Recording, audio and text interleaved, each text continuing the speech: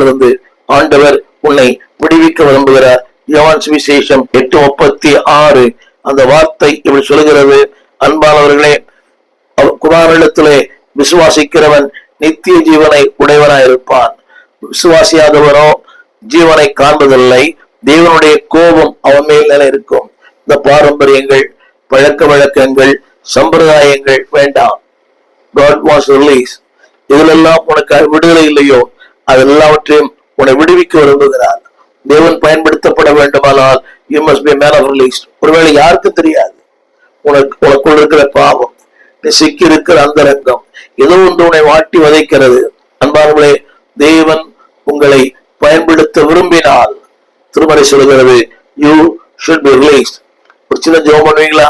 ஆண்டவரே, என் வாழ்க்கையிலே இதெல்லாம் மறைவா இருக்கிறதோ, இதெல்லாம் காண முடியவில்லையோ, இதெல்லாம் உடைய மிகப்பெரிய அறுவடைக்கு தடையா இருக்கிறதோ, தயவா என்னை மன்னியும். You should be released a total life. எல்லாவற்றிலிருந்தும் நீங்கள் விடுவிக்கப்பட வேண்டும் என்று விரும்புகிறார்.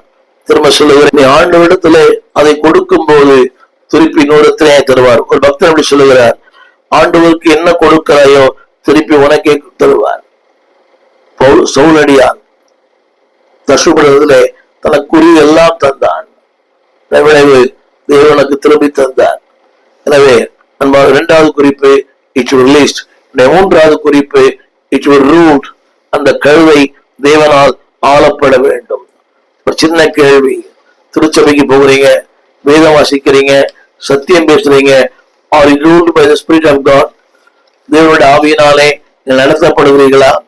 அன்புடைய பிள்ளையே, அந்த இரண்டாம் வசனம், அவிழ்த்து கொண்டு வாருங்கள்.